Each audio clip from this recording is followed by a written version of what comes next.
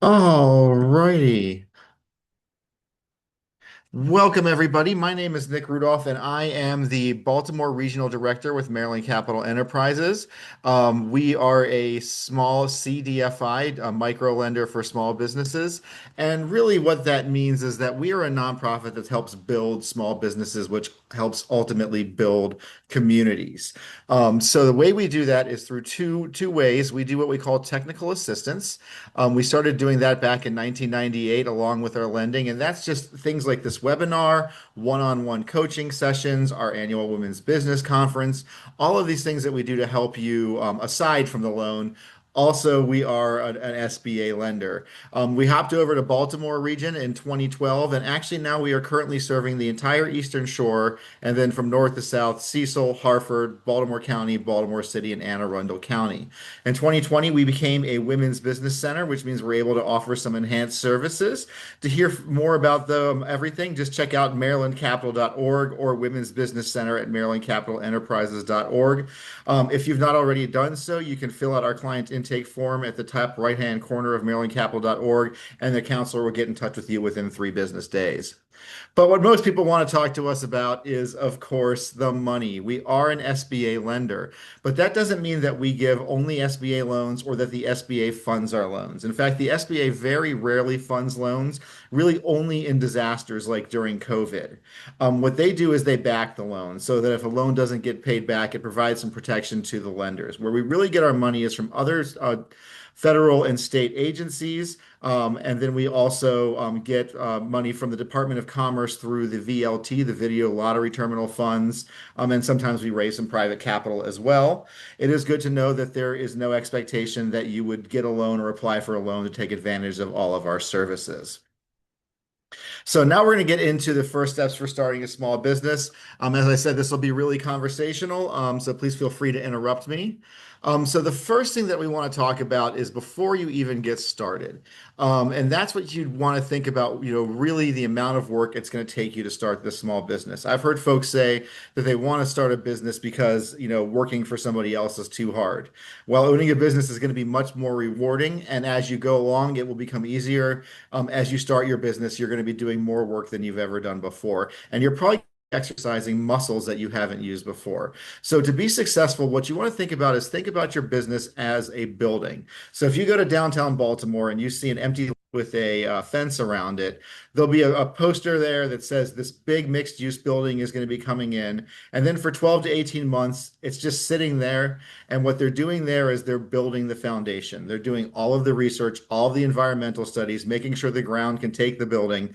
And then once construction starts, it tends to go pretty quickly. The buildings get full pretty quickly and everything's going. So the more time you spend on the foundation building, the more time, the easier it's going to be to start your business. And that's going to take a lot of planning. You're going to have to get very creative. You're going to think about every situation that could go right or wrong. And then on day one, something else will change. So you're going to want to be able to be flexible.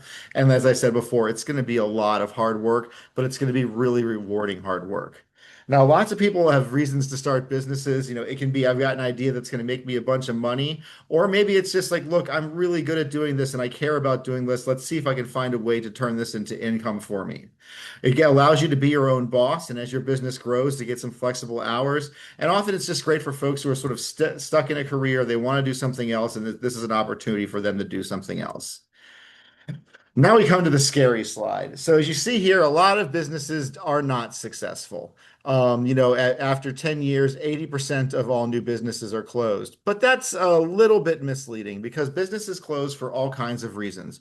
Folks retire, they solve the problem that they started the business to solve, or they're serial entrepreneurs. This often happens in the restaurant industry where you've got a really good chef who owns a restaurant, and let's say, it's a Chinese concept and it's got all the stars and everything. He gets bored with that. He wants to open up a Japanese restaurant, so he closes down the Chinese one and opens up a brand new one. So technically, that business closed, but it was a successful business.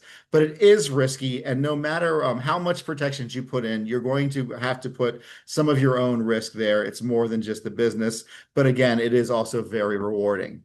So these are 20 questions that you want to start asking yourself before you start the business. And I'm not going to just read these off to you, but generally what you want to think about is, why am I doing this? Do I really have the passion? Is this something that I'm willing to work for?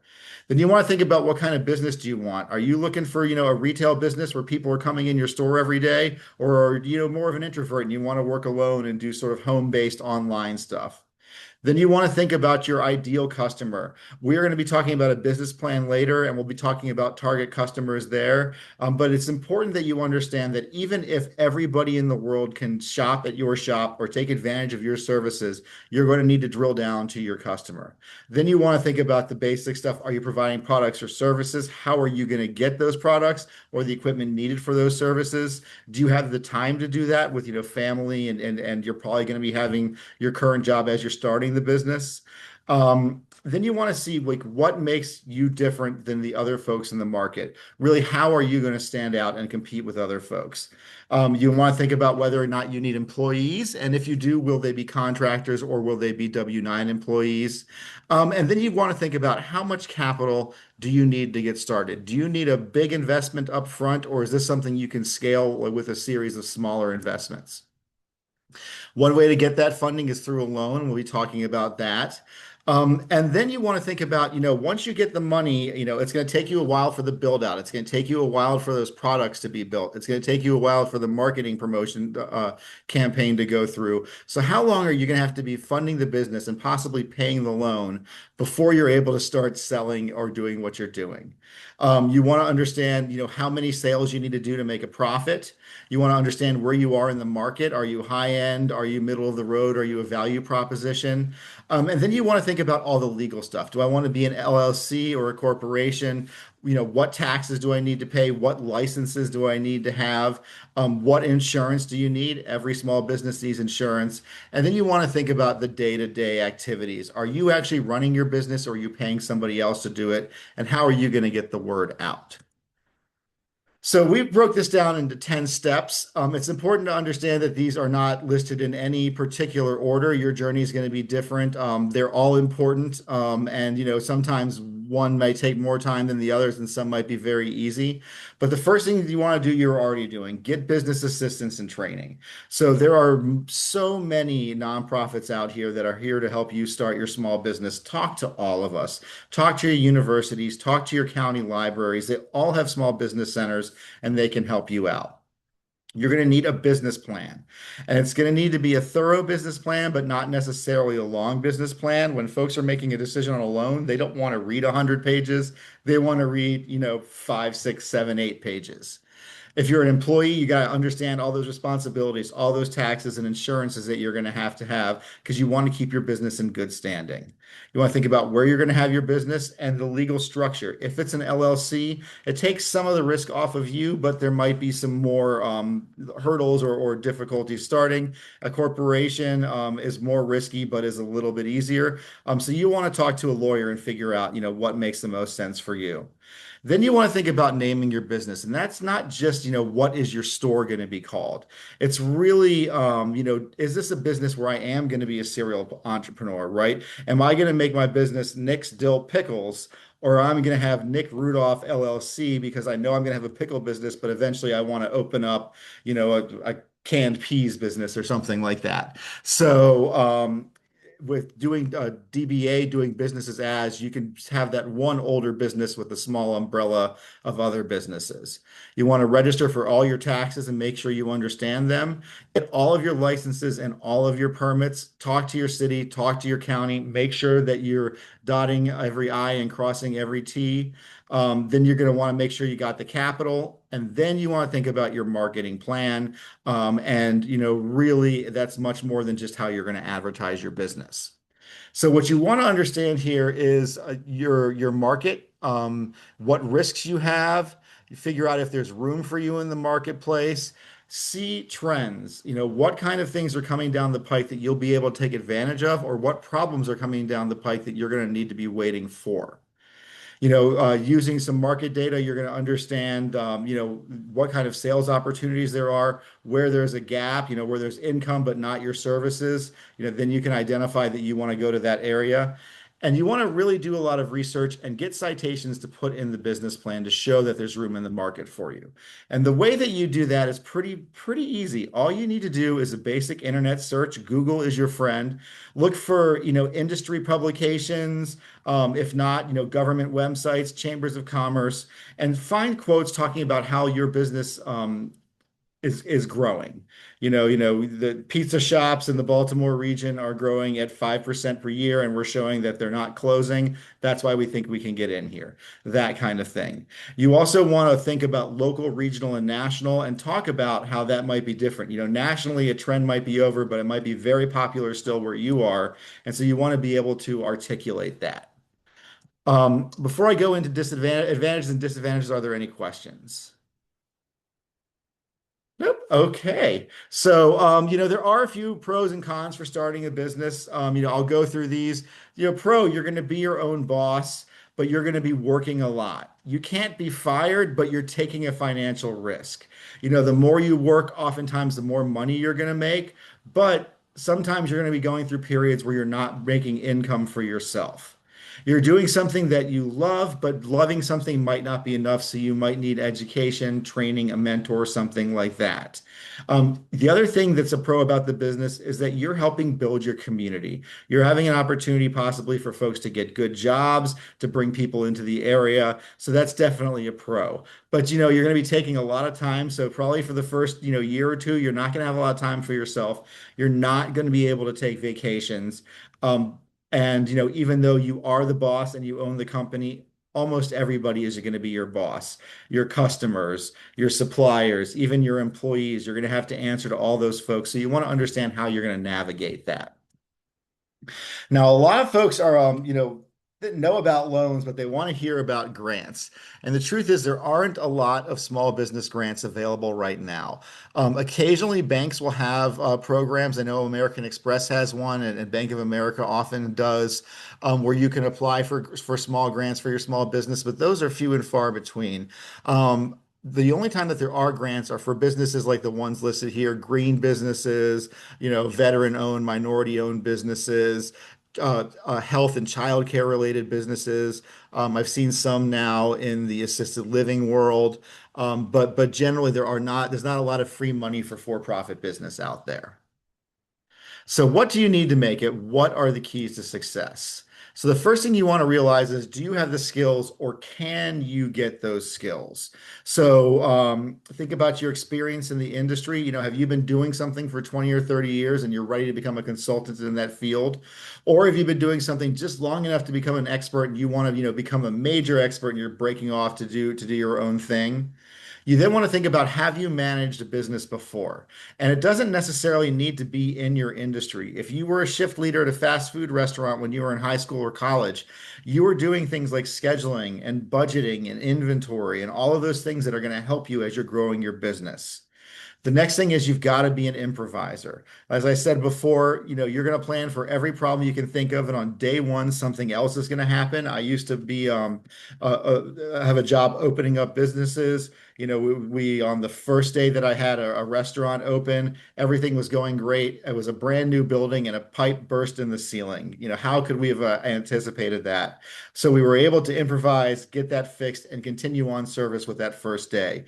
A lot of folks who start businesses, especially, consultants and in legal fields, actually take improv comedy classes just to exercise that muscle so they can think on their feet. And then if you don't have a lot of experience, are you going to be able to gain skills either through education, through certifications, or do you have a mentor who's going to help you out? So when you get started, there's a few things that you want to check off. First, check with your county and your city and make sure that you're within all of their zoning requirements, that you've filled out all the forms, that you've got all the permits. The last thing you want to do is open a business somewhere and find out it's not legal and have to move that business. Then you want to check, of course, the license requirements with their health department, or if you're working with children or working with medical patients. You want to think about your credit. If you're applying for a loan, your personal credit is what we're going to be looking at. We don't even look at business credit at all. So you want to make sure, look for things like missed payments. You don't want to have a lot of those. past due amounts is definitely going to be a problem. But if you know you do have some issues with credit in the past and you're upfront about those at the beginning, it's often something we can mitigate. The next thing you want to do is assemble your bail team. So, what is your bail team? This is a pretty new concept, but this is your banker, your accountant, your insurance agent, and your lawyer. It is good to know that doesn't mean you need to have all these folks on payroll. But for a banker, what that means is you want to develop a relationship with your bank early. If you haven't started your business yet, you don't even have a business account, go to your different banks, ask to talk to their business relationship managers. As you do that, find out what they have. Oftentimes, they have training opportunities. They can give you advice. Talk to them every couple of months. Make sure that they know who you are for a couple of reasons. Number one, if they know you, if they feel a connection to you, they're going to work harder for you. They're going to fight harder for you to get that loan. And number two, it's just going to be easier for you because they're going to understand your business already. You do want to be honest and transparent. As I said, again, if you've got credit issues or anything else in the past. And then you then want to think about your accountant. Again, you don't necessarily need to hire one, but you want to think about, who is in your area, who do you know? Because you are going to want to have somebody looking at your books for a couple of reasons. Number one, it's going to ensure that you're paying all your taxes and getting all of your reports filed. That's going to keep you in good standing, which makes you eligible for all of these loans and when there are grants. Um, it's also going to provide you some protection in case you get audited. If you have an accountant do your taxes, you do have some protection there. An insurance agent, as I said, every small business is going to need insurance. So if you can, before you need that insurance, talk to your local insurance agents. Find out what your business needs and how much you can get it. You might be able to lump coverages together to save some money. Most businesses, are going to have some amount of insurance, but it might be small. I mean, if you're working in your own home business and you're not, touching customers, it's probably going to be $600 to $1,200 a year. But if you are, dealing with food or medicine or children or dogs or automobiles, those numbers can jump.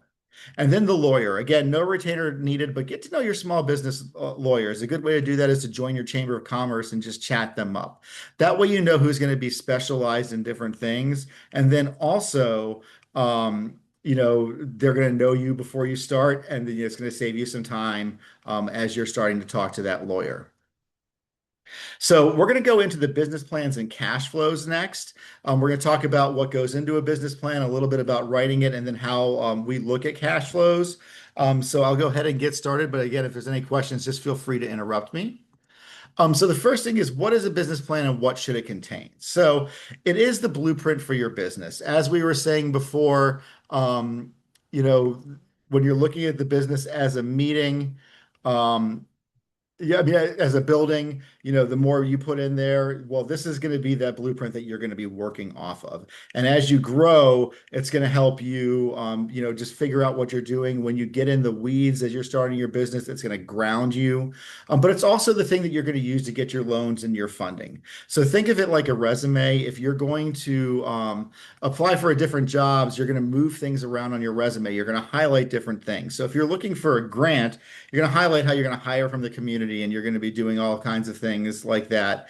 If you're looking for a loan, banks care about whether or not you're going to be able to pay them back.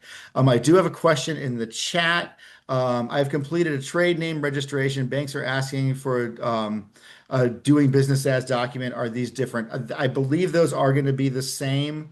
Um, uh, Unless you have a different business name from the umbrella group, but it sounds like where you are, that would be the same document.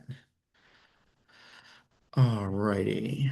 So what goes into the business plan? Well, we break it down into four sections. You know how to tell your story better than we do, so you might put them into different sections. You might order this differently, but as long as you have all this information in, then I think you're going to be pretty good. So the first thing is your executive summary. This is what we like often the elevator speech. Is the first page or two that's going to draw people in and get them excited to learn about your business.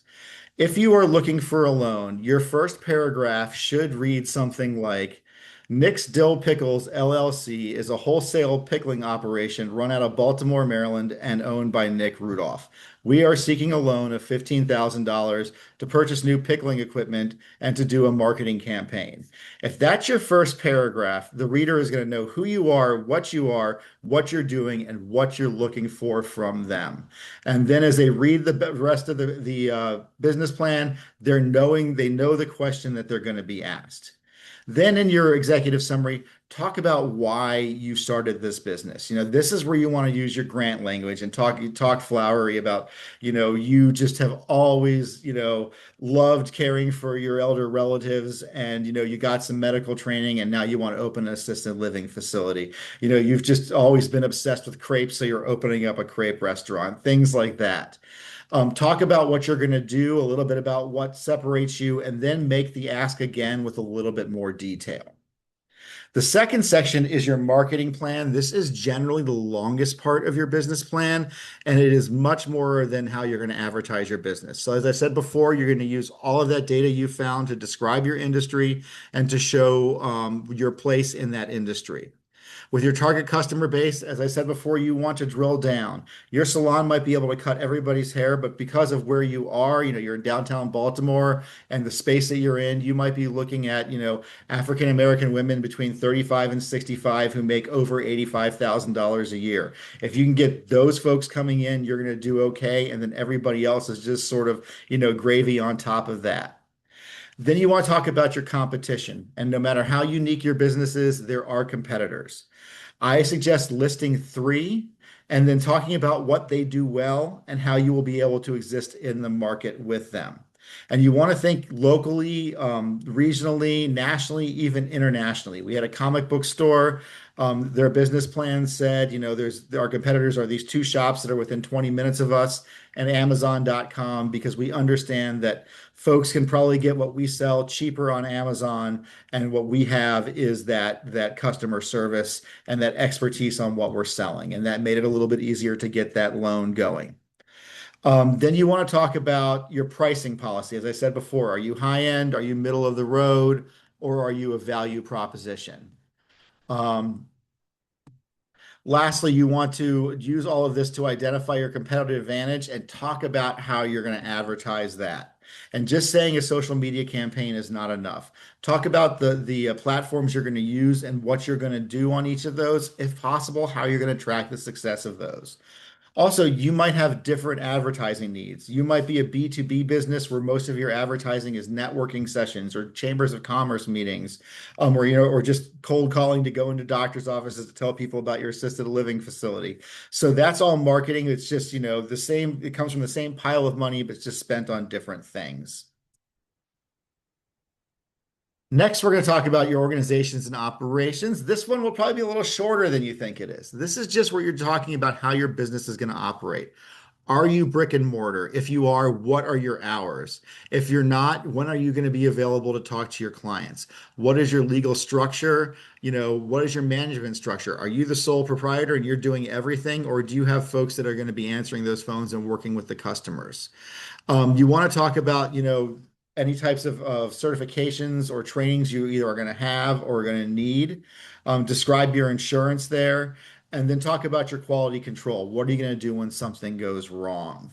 Um, you kind of, if you can, talk about what a day-to-day looks like in your business. And then, we are getting towards the end of the COVID-19, but really, what do you do if somebody, one of your employees or one of your customers that's been in contact with your employees has something like COVID? How are you going to get the word out? How is that going to work? Your financial plan.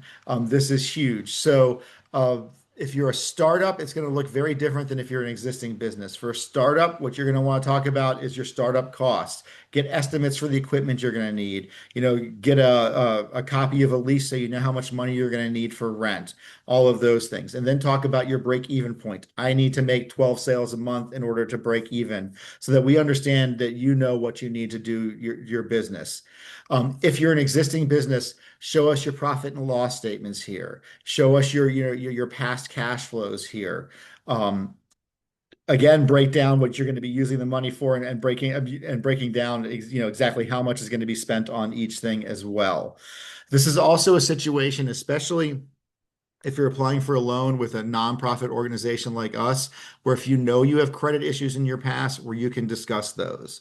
And a few folks jump on, but with the credit issues in your past, the thing that we dislike the most is surprises. So if you know that, 3 years ago you missed your mortgage payments for 4 months because you were in a car accident and you weren't able to work for 4 months, if you let us know that ahead of time, then that's something we can probably mitigate and make it not so much a ding on your application. If you tell us you've got great credit and then we see that that happened, then that says something about the character and it makes it a lot harder to get that loan approved. So that was the business plan section. Next, we're going to go into the cash flows. It's good to know that your cash flow projections can either be part of your business plan or a separate addendum. There's no real advantage or disadvantage to do it either way. So, what are they and why do we need them? So, they're just showing you the amount of money coming in and the amount of money going out. And that's going to show you, whether or not your business is profitable. If you're bringing in $1 million a week, but it costs you $1.1 million a week to provide your services, you're not a successful business. And this is going to help you figure that out and will help you make changes as you go through it. So, why do you need them? You need them for loans and for grant applications. It's just a great planning tool. As I said, it shows you the difference between money coming in and profit. It's just good governance. Business owners should be looking at these all the time. And if you want an incentive why to do it, it shows you when you can start taking money out of the business for yourself.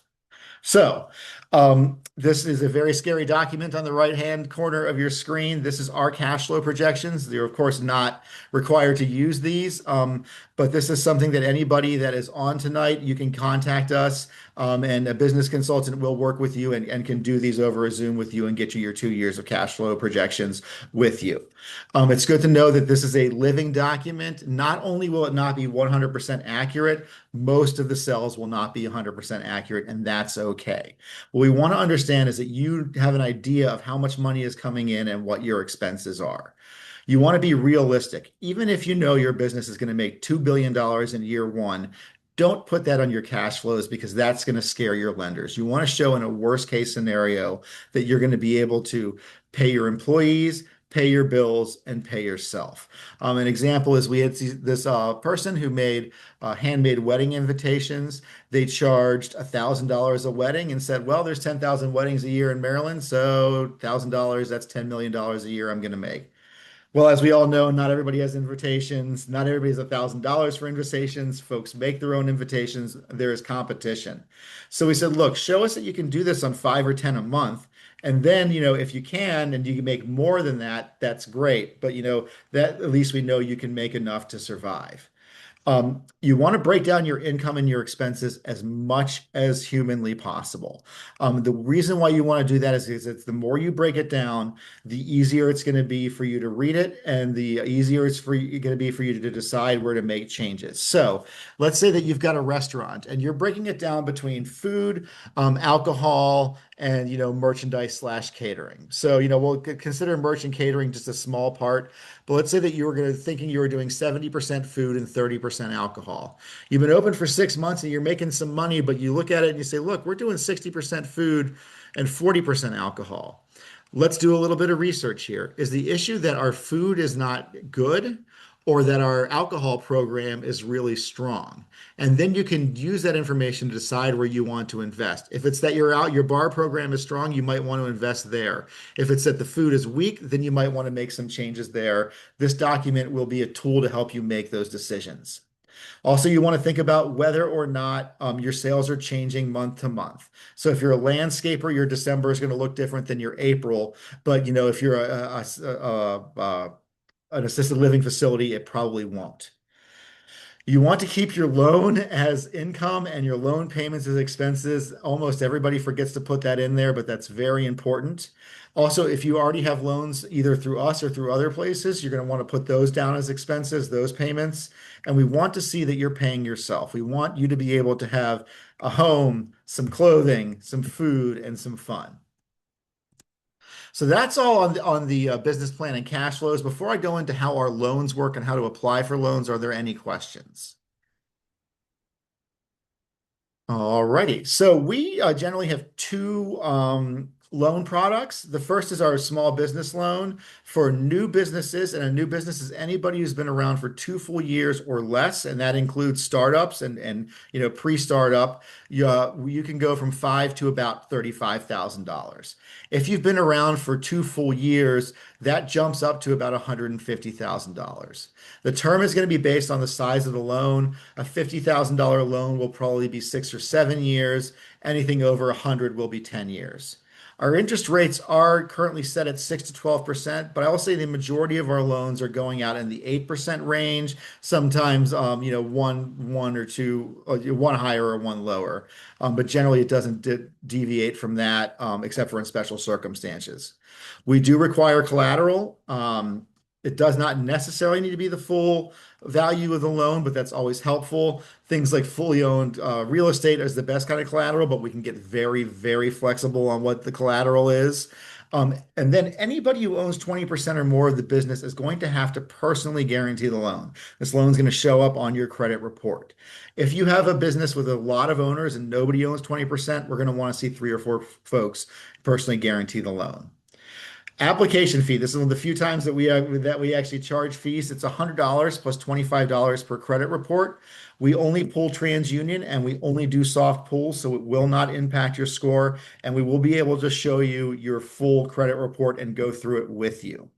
We like to think positive. So once your loan is approved, there are closing costs that are just deducted from the proceeds of the loan. Generally, a $50,000 loan is walking out 48,250 or somewhere around there. We make automatic payments from your business checking account every month. Your due date will either be the 1st or the 15th. We work through that as we're after the loan is approved. We don't have any penalties for prepayment. If you've been around for the loan's been around for at least 30 days, you can just pay it off for the principal whenever you'd like to. If you do really well, if you hit the lottery, anything like that. The other side of that is if you know you can't make a payment, at least a week ahead of time, let us know. We will figure something out so your credit doesn't get dinged. We can, interest only, defer a payment, or even restructure the loan. We want to make you successful. So if you know that you're having a problem, let us know so that we can help you fix that. We're going to visit you either in person or virtually twice a year. We're going to want to see your books. We're going to have some questions that we're going to ask you. And then we are going to let you know about any resources that we have. Now, the big question is what type of businesses can access our loans and what can the loans be used for? So again, any small business that's for profit that's located on the Eastern Shore or in Cecil, Hartford, Baltimore or Anne Arundel County or Baltimore City. There are a few exceptions, which are the traditional sin businesses, adult bookstores, 100% alcohol, things like that. And if you have a real estate investment business, we can't purchase your real estate. We can't rehab your real estate that you're going to be either renting or selling. We can build out your office. We can buy your truck. We can buy your bigger equipment. I like to say things like, big table saws, yes. Drywall and nails, no. But then also, if you're a home-based business, we can't pay your rent, mortgage, or utilities. Other than that, just about any small business expense. So, build out a space, rent, furniture, equipment, salaries, business supplies, training, all of that stuff, getting a proof of concept made. All of that stuff is definitely good uses of the loan. Our second loan is our credit builder. This goes up to $5,000. So this is for folks with either no credit or maybe some dings on their credit history, and they want to start a small business, and this can, help get them started sort of part-time, and then show that they've got a good payment history. This is set at 9%. Generally, it's a 2-year term, so that's about $250 a month payment on that. Collateral is not required, but of course it's encouraged. And then the fees are much less, with a $50 application fee plus the credit report fee and a $75 closing cost. Everything else is the same about the loan. And once you've paid that off, it becomes oftentimes easier to get a second loan with us or to go to an actual bank and get a loan there as well. So what do you need to get a loan from us or from another CDFI? So we're going to want to see that thorough business plan. Again, that doesn't mean super long. It just means that it tells us everything we need to hear. We're going to want to understand what your experience in education is, or if you don't have that, how you're going to get that. We want to understand where your cash flows are. We want to make sure that your projections are realistic. Of course, we have to look at the strength of the collateral. And then reasonable credit. You'll see here that we do not have a minimum credit score. What we are looking for is what's been going on in the last year or so, 2 years, looking for things like missed payments and past due amounts. Those seem to be the most important. There are two disqualifiers, though. The first one is if you've had a bankruptcy discharged in the last 24 months, or if you have a tax debt without a payment plan. We're also looking at, is this the right time and right place for the business? So general economy, or, if you're opening up a Chinese restaurant on a block with six other Chinese restaurants, how are you going to compete with those? And then your ability to prepay the loan. If the business is not successful, you're still going to owe for that loan. So are you able to get back into the workforce and make those payments? So what documents are you going to need? All of ours are done online. The first thing you want to do is fill out the client intake form. Then within 3 days, business consultant will contact you and will walk you through all of the rest of these documents. So on the business loan application, this is where you're going to be uploading the majority of these documents. So whether you're a new business or an existing business, we're going to need the business plan and cash flows, an explanation of credit if you have any credit issues, 2 years of personal tax returns for anybody who owns 20% or more of the business, and 3 months of personal bank statements from anybody who owns 20% or more of the business. Proof that it was turned down by another lender doesn't mean you need to have gone through an entire loan process. If your bank says, look, we don't do startups, that's good enough. Okay, so if you are an existing business, we're going to want to see at least 2 years of profit and loss statements in addition to everything else, your most recent quarterly balance sheet, and your last 2 years of business tax returns, along with 3 months of corporate bank statements. We can help you gather those, make sure that everything is turned in. And what we do then is we accept applications through, and actually we just changed this to the second Friday of each month. We then look through everything, make sure that everything is complete, try to think of any questions that the decision makers might ask, and try to come up with answers with you for those questions. The meeting is going to the loan committee, which is all volunteer. It's made up of bankers and other folks in the nonprofit world that work with small businesses. They meet during the fourth week of the month, usually on a Wednesday, on the Eastern Shore, on the Western Shore, and on a Friday on the Eastern Shore. They determine the loan, if it's approved, the rate and the term. It does say the amount, but generally we only approve or deny loans. We don't approve for a lesser amount. And the reason why is we trust that you know how much money you're going to need to start your business. So if you tell us you need 50,000 and we give you a loan for 25, we're setting you up for failure with debt, and we don't want to do that. Again, if it's approved, we're looking at 3 to 4 weeks for closing. A lot of that's done electronically, but sometimes we do need to get some wet signatures. And then if that's the case, then we can come to you. So before I wrap up and open it up for questions, I like to say, again, I said this earlier, but there's nowhere else in the country that there are more free small business resources than in Maryland. So take advantage of all of us. Go to your local library, your county economic development organization, join your chamber of commerce. The SBDC, the Small Business Development Center, which is run by the SBA, offers free mentorship for all small businesses. They're in every county in the state. Talk to them. Talk to your universities. We work a lot with Salisbury and Morgan State, but that's not exclusive. And they don't only work with alumnus, they'll work with anybody. There's always classes that are looking for projects for their interns. And there's always folks out there that want to help your small business. And then all your local organizations, join your Main Street, your Rotary Club, all of those fun things. Before we wrap up, these are the 5 things I like to end all of my presentations with. When you're applying for business capital, number one, don't quit your day job. We want to see that you've got income coming in so that you can make those payments as your business is opening. You need an accountant, really, even if you are an accountant, you're going to get in the weeds. You don't want to miss deadlines and get into the debt and have tax liens. It's an investment in your business. Number three, just like I said in that last slide, ask for help. There's nowhere better to get help than where you are right now. Number four, keep your money in the bank as you're applying for this capital. And of course, there's situations where this is not possible, but if possible, this is not when you want to be buying a home or buying a car or opening up new credit cards.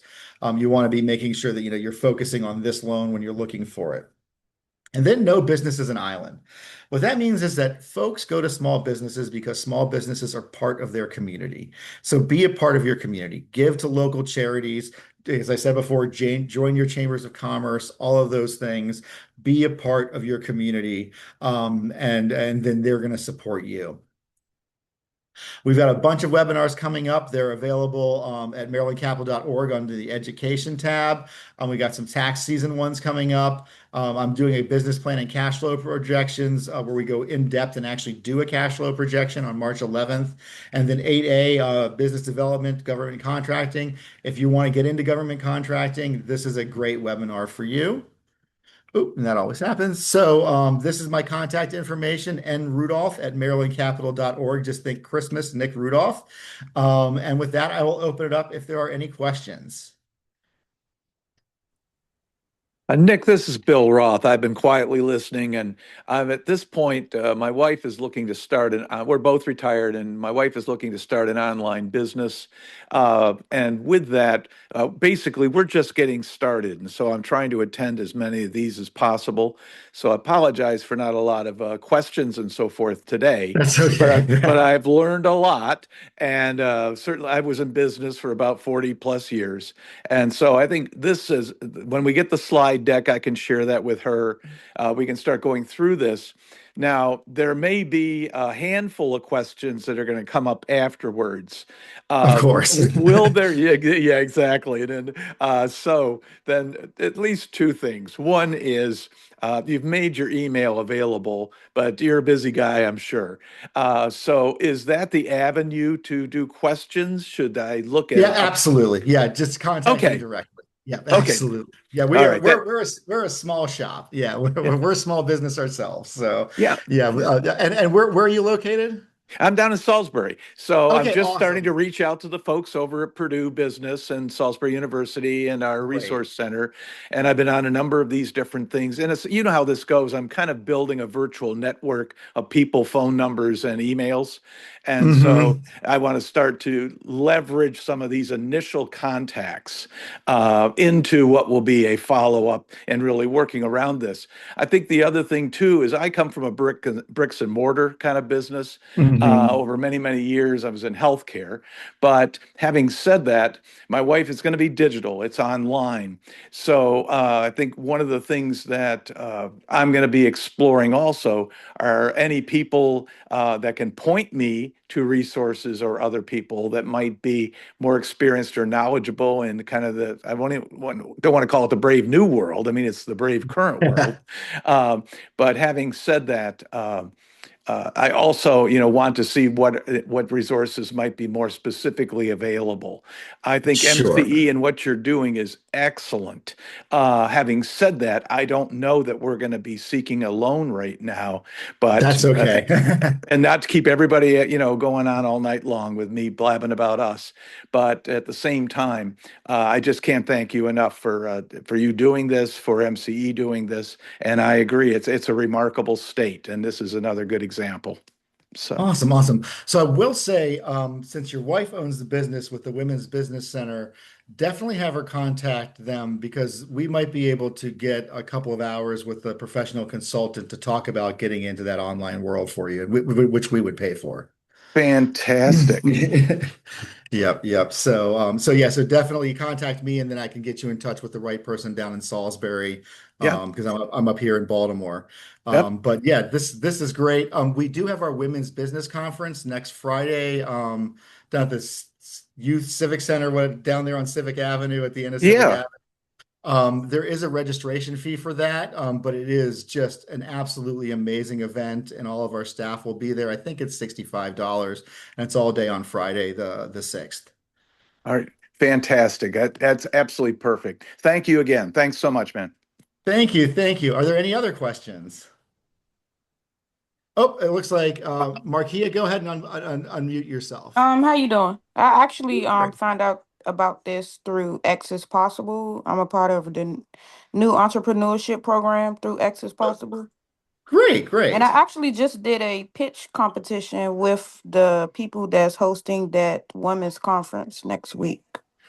Oh, great. Oh, Yes. great. So So are I'm you on I'm the in the show as process well? of opening my own business and learning the steps of opening your own business. And actually, the program I'm in, after I complete the program, I can be eligible for no interest up to $50,000 loan. That's great. That's Yes. amazing. It's yeah, so definitely we would suggest you try that. So Yeah, so I'm so definitely just yeah. trying to get resources and everything I can get. Yep. Well, I mean, you can just think of us as a free resource in your back pocket. Yes. Where are you located? I'm located in Prince George's County Okay, in awesome, Aki, awesome. Maryland. That's okay. I went to Central. Oh, okay. Yeah, I know PG. So Yes. awesome, awesome. So we actually don't do loans in PG, but we can definitely help with the technical assistance. And if you end up needing a second loan, a larger loan, we've got partners down there as well. Okay. Well, I Yep. And definitely have your contact and I'll definitely be reaching out if I need awesome, to. awesome. Yep. I love helping PG, so that's great. Yes, and thank you so much for inviting me to this Oh, you Zoom. are welcome. You are welcome. Great. Well, thanks for coming. Any other questions? Not Nope. tonight. All righty. Well, like I said, I come up with my best questions when these things are over. Yep. So feel free to contact me, and I'll be getting right back to you. This should be up on YouTube in the next week or so, and just email me to get the slide deck and the business plan and cash flows templates. I hope Fantastic. you all have a great rest of your day. Thank you for coming. Thanks, Nick. Bye-bye.